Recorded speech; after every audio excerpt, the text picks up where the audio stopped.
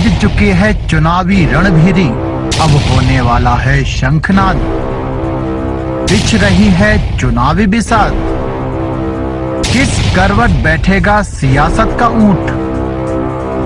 नेता नहीं जनता तय करेगी किसकी बनाएगी अपनी सरकार। चुनाव से पहले चुनाव की बात, हर दावेदार से कराएंगे आपकी मुलाकात। देखिए विधानसभा चुनाव पर चुनावी चर्चा।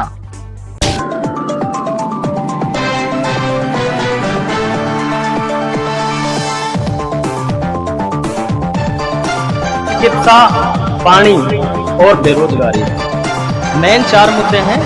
शिक्षा की अगर बात करें, हमारे अभी खानदार जी रिटायर्ड हैं, उन्होंने बोला था, उनको पता नहीं है, रामगढ़ विधायिका साफिया खान, उन्होंने हमारे गांव में रोड़ा अड़जाया है। अस्पताल और पशु चिकित्सा दोनों 2021 में सैंक्शन हुए थे, जो आज तक कागजों में ही अटके हुए हैं। मैं स्वयं कई बार एसडीएम साहब के पास, तहसीलदार साहब के पास गया हूं, लेकिन उन पर कोई कार्रवाई नहीं हुई, जो कि उलझे हुए हैं।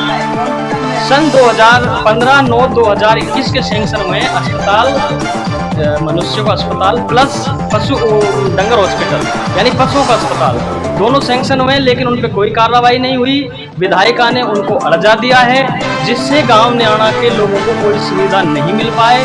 पिछले 5 वर्षों में जो अब तक कार्यकाल बीता है, विधायिका ने विकास के नाम पर गांव न्याणा में 1 रुपया नहीं दिया। उद्घाटन तो करने तब आएगी जब यहाँ पैसे देगी। इसलिए हमारा गांव बिल्कुल पिछड़ा हुआ है। चिकित्सा के जो अधिकारी डॉक्टर लगाए गए हैं, विधायिका श्रीमती साफिया खान है, उन्होंने गांव में कोई कार्य नहीं किया। विशेष तौर पर न्याणा से उनकी टसल रही है, पता नहीं क्या नीति भाव रखती है वो।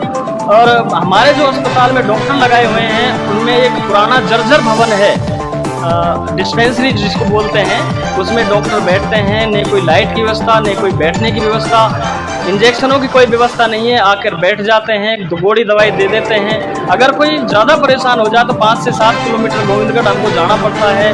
महिलाओं को डिलीवरी होती है, बहुत ज़्यादा परेशानी होती है। इस कहने का मतलब ये, हमारे गांव में चिकित्सा संबंधी कोई सुविधा नहीं है।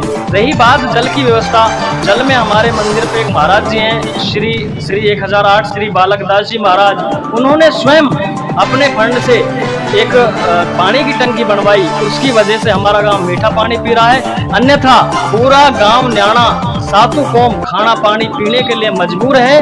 महाराज जी का बहुत बहुत धन्यवाद करता हूं मैं, जिन्होंने अपने फंड से, हमको पता नहीं है किस प्रकार व्यवस्था की और पूरा गांव को मीठा पानी उपलब्ध करवाया। अब बात आती है शिक्षा की। शिक्षा में हमारे जो स्कूल में प्रिंसिपल महोदय हैं धर्मवीर जी, उन्होंने तुष्टिकरण की नीति अपना रखी है। सिर्फ पेड़ पौधे लगाने पे ध्यान दिया है, बच्चों को पढ़ाने पे कोई उनका ध्यान नहीं है। बच्चों का, हमारे शिक्षा का जो अभाव है गांव में, वो चौपट हो रहा है। स्कूल में पढ़ाई संबंधित कोई व्यवस्था नहीं है। अब रही बात बेरोजगारी की, हमारे गांव में एक फैक्ट्री, रुई की फैक्ट्री जिसको बोलते हैं, एक पेट्रोल पंप और एक अब नई फैक्ट्री बनी है हमारे गांव के पास में। 3 फैक्ट्रियां बन गई। हमारे गांव के 50% लोग जो मजदूरी करते हैं, यानी फैक्ट्री में 1000 व्यक्ति अगर काम करते हैं तो 50% हमारे गांव के, हमारी पंचायत के लोग लगने चाहिए। आज की स्थिति है, हमारे गांव का एक भी बंदा उन फैक्ट्रियों में काम नहीं करता, तो हमारे गांव में बेरोजगारी पनप रही है। ऐसी फैक्ट्रियों को मंजूरी नहीं देनी चाहिए, ऐसे बड़े कार्यों को मंजूरी नहीं देनी चाहिए। अगर हमारे बच्चे उस काम को नहीं कर सकते, हमारे मजदूर उसमें नहीं लग सकते। स्थानीय लोगों को मिलना चाहिए रोजगार। जब तक स्थानीय लोगों को नहीं मिलेगा रोजगार, तो ये कैसा है विकास? ये बताई थी विकास की बातें, अभी तक जो विकास हुआ है अगर हम बात करें कि सरकार हमने ये विकास कार्य करवा दिया, विकास करवा दिया, और इसी के साथ में अगर बात करते हैं समस्या, गवर्नमेंट डिंग मारती होगी बैठकर।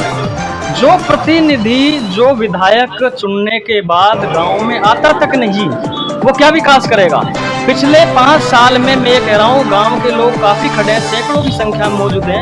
एक भी व्यक्ति अगर ये कह दे कि न्याणा गांव में विधायिका ने 1 रुपया लगाया है तो हम मान जाएंगे।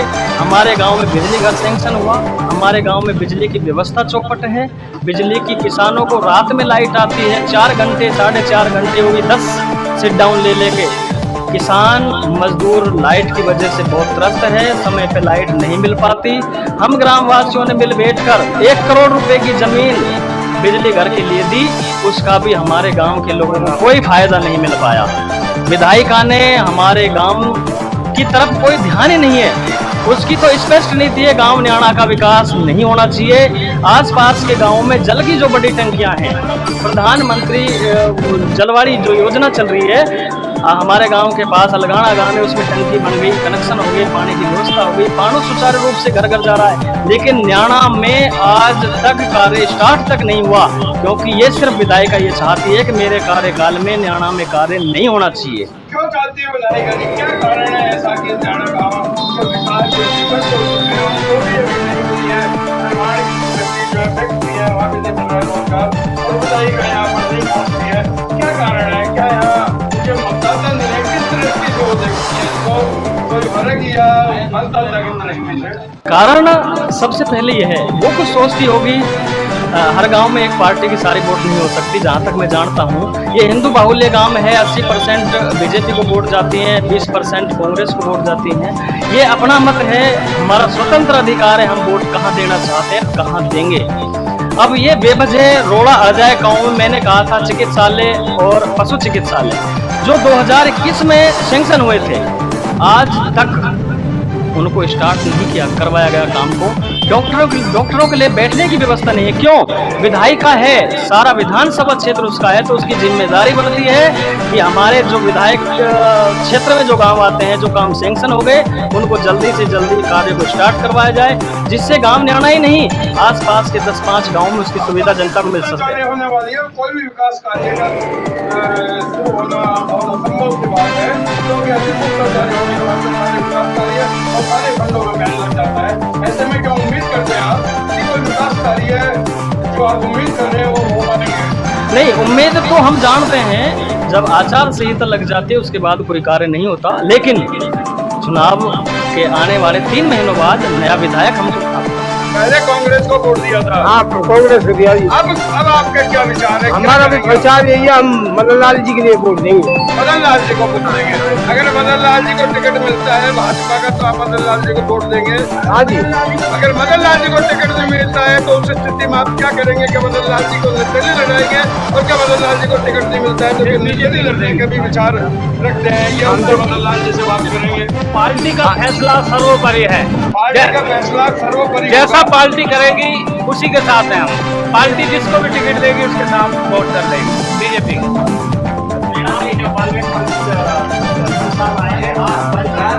जनता की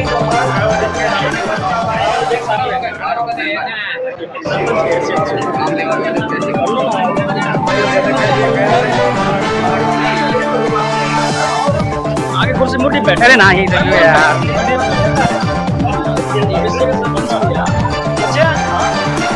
मैं देवेंद्र साहू एक वार्ड मेंबर हूँ। जैसा कि अभी कांग्रेस सरकार ने राहत कैंप लगाया, राहत कैंप लगाने के बावजूद ये बिजली वाले जो कनेक्शन है, पहले तो यूनिट का रेट क्या था, चलो वो लगा दिया, उसके बाद भी ना तो इतनी बिजली आ पा रही है और बिल उससे कहीं अधिक आ रहा है। तो इसमें क्या राहत मिली है? तो रेट तो बढ़ा दी, उसकी रेट बढ़ा दी, ना बिजली आ रही है इतनी, चार्ज वगैरह ऐसे कोई चार्ज, मीटर चार्ज सब उसका बढ़ा दिया और दूसरे हाथ से ले लिया। ये है बात। अब ये चलाई है जो स्मार्टफोन योजना चलाई है, उसमें क्या फायदा ये बताओ आप? क्या कोई बच्ची या कोई बच्चा उस फोन को चला रहा है? उनके माँ बाप चला रहे हैं। अगर कोई बच्चा या बच्ची उसको फोन को चला भी रहा है तो वो पढ़ाई के मकसद से नहीं चला रहा है और उसका मिसयूज हो रहा है। और ऐसा मोबाइल वो नहीं है कि जिससे बच्चे पढ़ लें। कहीं पर मोबाइल ब्लास्ट हो रहा है, कहीं चार्जर ब्लास्ट हो रहा है उसका। अगर उनको योजनाएं चलानी थी तो सिलाई मशीन चलाते, जिससे बच्चों को माताओं को, बहनों को एक सीखने को मिलता। एक मशीन से 5 महिलाएं देख करके गए हो। अरे एक मशीन से घर में 50 महिला सीख सकती है। आप सीख सकते हो, मैं सीख सकता हूँ, उससे रोजगार मिलता। अब उस रिचार्ज कौन करेगा? साल 6 महीने का उन्होंने दे दिया, वो शायद साल 6 महीने नहीं चलेगा। उसके बाद उसका क्या करेंगे ये बताओ? अरे इलेक्शन हो जाएगा, अभी ये योजनाएं चलाई हैं, ये योजनाएं चलाई हैं, अब आचार संहिता लग जाएगी। कितने मोबाइल बांट दिए उन्होंने? अब आगे मोबाइल बटेंगे और इससे आगे। आपके बारे में विधायक की अगर बात करें तो आपके विधायक ने यहाँ कितना विकास कोई आपके क्षेत्र में आपके विधायक ने कितना विकास कार्य करवाया? हमारे क्षेत्र में साफिया जुबैर खान ने ना तो कोई विकास कराया है।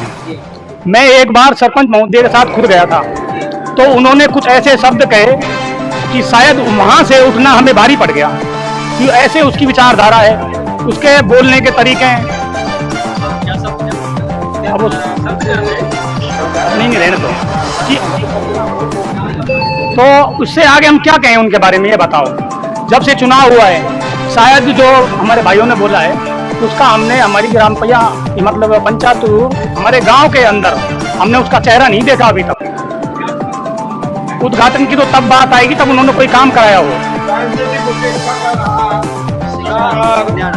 गांव न्याणा रामगढ़ विधानसभा क्षेत्र का, और स्वाभाविक बात है जब विकास नहीं होता है, विकास को उम्मीद से व्यक्ति वोट देता है और राजी होता है कि चलो हमने मत दिया या नहीं दिया, लेकिन हमारे विधायक कहीं कांग्रेस की सरकार में कहीं अपना प्रतिनिधित्व कर रहे हैं। तो जीतने के बाद में व्यक्ति को ये नहीं देखना चाहिए, व्यक्ति विशेष को, कि इसने मुझे मतदान किया या नहीं किया। उनको सभी को ही समान रूप से मतदान करना चाहिए। हो सकता है जो पीछे मत नहीं दे वो विकास देखकर आगे मत देते हैं, लेकिन नजरिया अपना अपना। अधिकांश जो विधायक उम्मीदवार है उनकी एक थोड़ी नजर आती है कि दूध देने वाली भैंस को हम खड़ कांकड़े खिलाएंगे, यानी जो मतदान हमको करेगा, विधायक बनाएगा, उसी का हम विकास करेंगे। वरना जहां से हमारे खिलाफ पेटी गई है हम उनको खड़ कांकड़े क्यों खिलाए? वो तो भैंस भूखी मर जाओ।